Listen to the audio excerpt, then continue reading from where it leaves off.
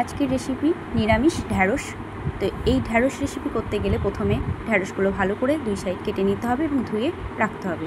এর মধ্যে প্রথমে দিতে হবে বেসন, কিছু পরিমাণ লঙ্কার গুঁড়ো, হলুদ গুঁড়ো এবং সামান্য পরিমাণে নুন। এরপর এগুলোকে ভালো করে মাখিয়ে নিতে হবে। মাখানো হয়ে গেলে একটা কড়াইয়ে তেল গরম করে সেটাতে কিছু পরিমাণ কালো জিরে ফোড়ন, কিছুটা গরম হয়ে আসলে এর মধ্যে একটা লঙ্কা, শুকনো লঙ্কা অ্যাড করতে হবে এবং দুটো কাঁচা লঙ্কা যেটা চিড়ে দিতে হবে। তো এইগুলো দেওয়ার পরে কিছু পরিমাণ চিনি, যেটাতে রান্নার স্বাদটা আরও বাড়িয়ে দেয়। তো এই উপকরণগুলো দেওয়ার পরে এর মধ্যে যে ঢ্যাঁড়স মাখানো ছিল সেটা দেওয়া হলো। এরপর সেটাকে নেড়ে চেড়ে ভালো করে ভেজে নিতে হবে। কিছুক্ষণ ভালো করে এটাকে নেড়ে চেড়ে ভেজে নেওয়ার পরে এটা একটু সেদ্ধ করতে দিতে হবে এবং সেদ্ধ হয়ে যাওয়ার পরে এটা একটু লাল লাল ভাব চলে এসছে, দেখতেই পাচ্ছি। এর মধ্যে কিছু পরিমাণ টমেটো কুচি উপকরণের মধ্যে এরপর এটাকে ভালো করে এর সাথে ভেজে নিতে হবে।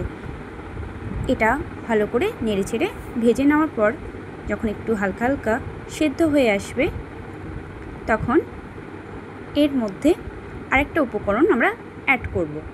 দেখতেই পাচ্ছেন এখন সেদ্ধ হয়ে এসছে। এর মধ্যে আমরা এবার দিয়ে দেব পোস্ত বাটা। তো এই পোস্ত বাটাটা এর মধ্যে এবার অ্যাড করে দেওয়া হলো। তো এই পোস্ত বাটাটাকে এবার নাড়াচাড়া করতে হবে যাতে পোস্তের মধ্যে থাকা যে পোস্তের যে একটা কাঁচা গন্ধ সেটা না থাকে। দেখতে পাচ্ছেন এরপর নাড়াচাড়া করে নিচ্ছি। কিছুক্ষণ নাড়াচাড়া হয়ে গেলে এর মধ্যে আরেকটা উপকরণ আমরা অ্যাড করব, সেটা হচ্ছে সর্ষে বাটা। তো এই সর্ষে বাটাটা ছেঁকে নিয়ে সেটার যে রসটা সেটা আমরা এটার মধ্যে অ্যাড করে দিলাম।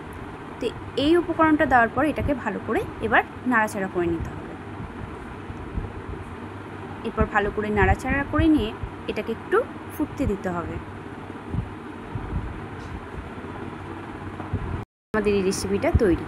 তো এই রেসিপিটা হচ্ছে ঢ্যাঁড়সের সর্ষে পোস্ত।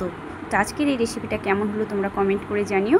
আর এরকমই নিত্য নতুন ভিডিও পেতে এই চ্যানেলটাকে অবশ্যই সাবস্ক্রাইব করে রেখো আর লাইক করে দিও এবং শেয়ার করে দিও।